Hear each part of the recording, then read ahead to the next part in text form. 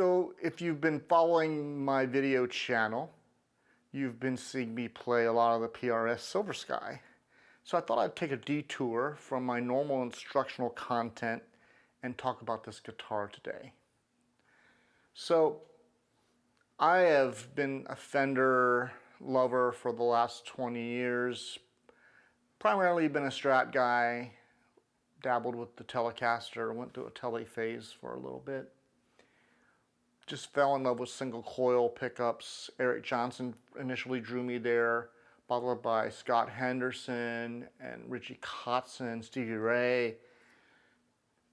And my last Fender that I owned was a Fender 60s American Original guitar. That was my number one. And I was looking for a number two, my backup to the AO.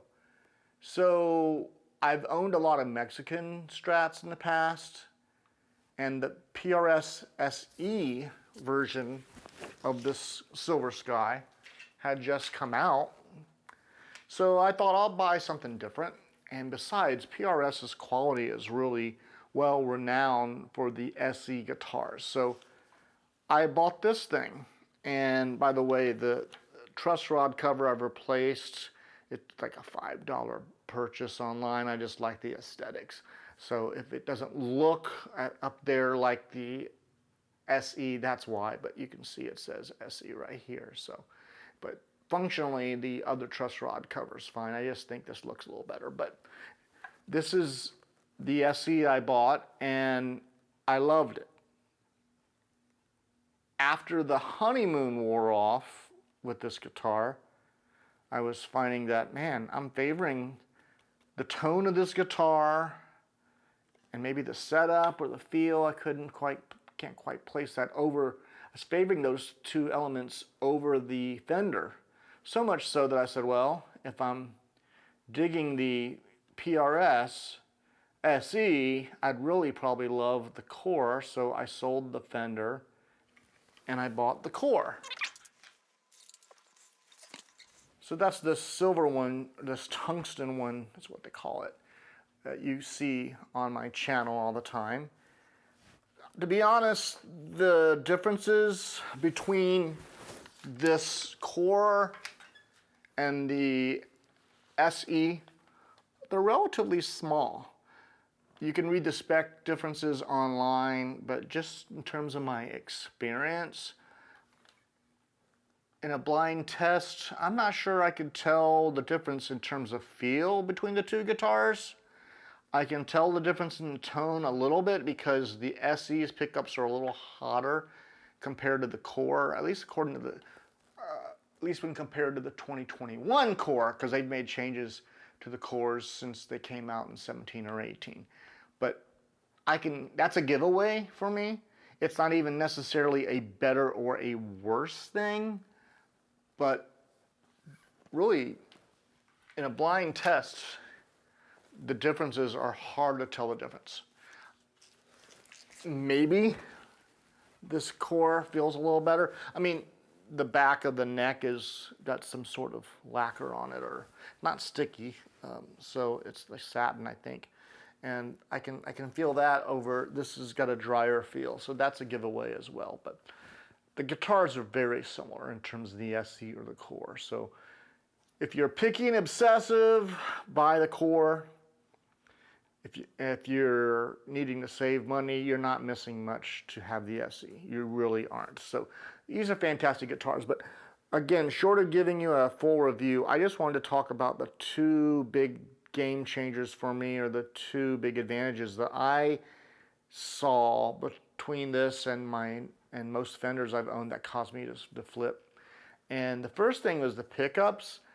John and Paul both describe these pickups, they say there's lows in the highs and there's highs in the lows. Now, if you analyze that statement, it's kind of a nonsensical statement, but I think I know what they mean. I think what they're saying is they're really well rounded. They have nice full bottom end without betraying the nature of a single coil, without getting muddy. You're never going to hear them and say, man, that pickup sounds too thin. At the same time, On the high end of the pickups, they never sound harsh. Even, if I have the bridge, the bridge pickup with the tone knob all the way open.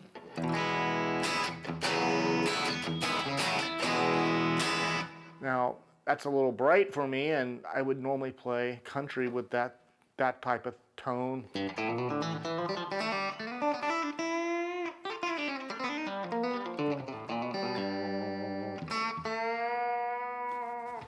But if I'll normally roll that back to about 7, and with some overdrive, check this out.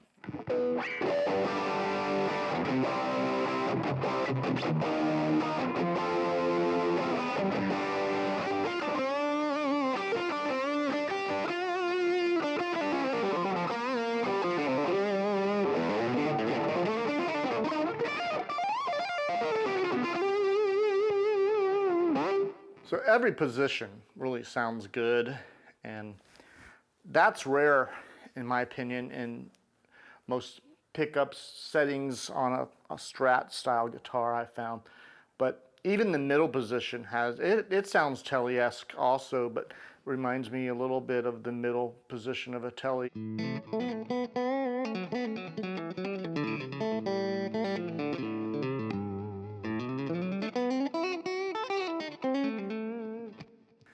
Of course, you got that quintessential John Mayer tone with the neck and middle.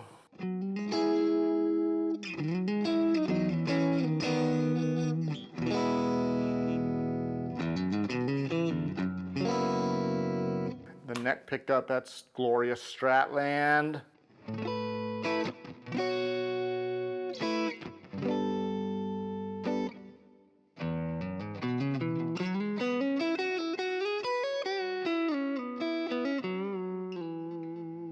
And the quack of the bridge and middle.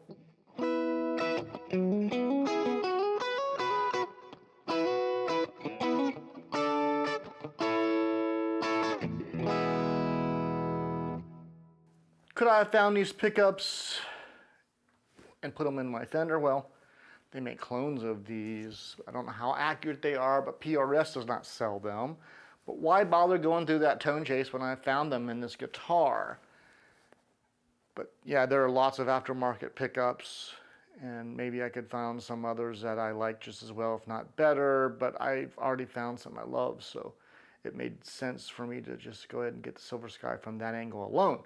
But the second thing that I think is really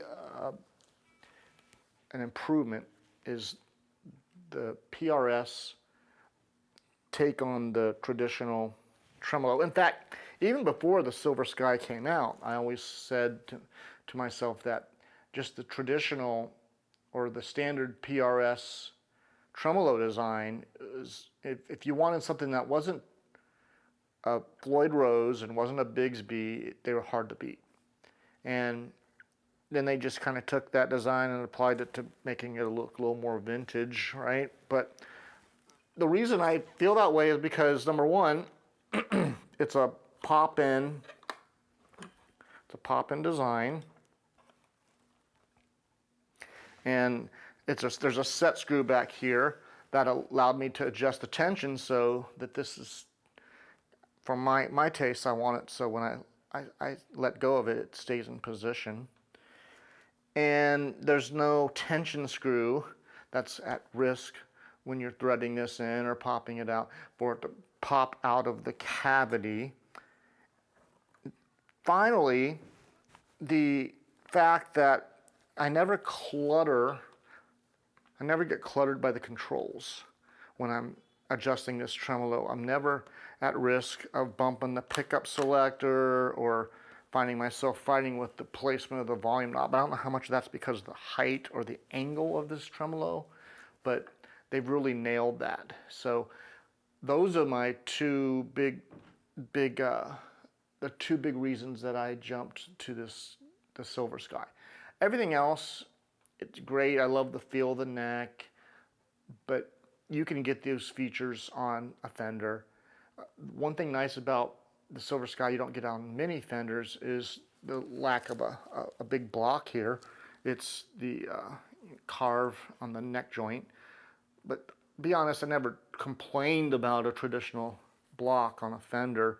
But to me, I don't know why they don't just ditch tradition and make them all like this instead of just certain, models. But the rest of the guitar is pretty much like you would get off of a Fender, but it's those two things. It's the tremolo and the pickups that really sold me on PRS and what they're doing with these things. So anyhow, if you like the content, I hope you will like and subscribe. Thank you for watching.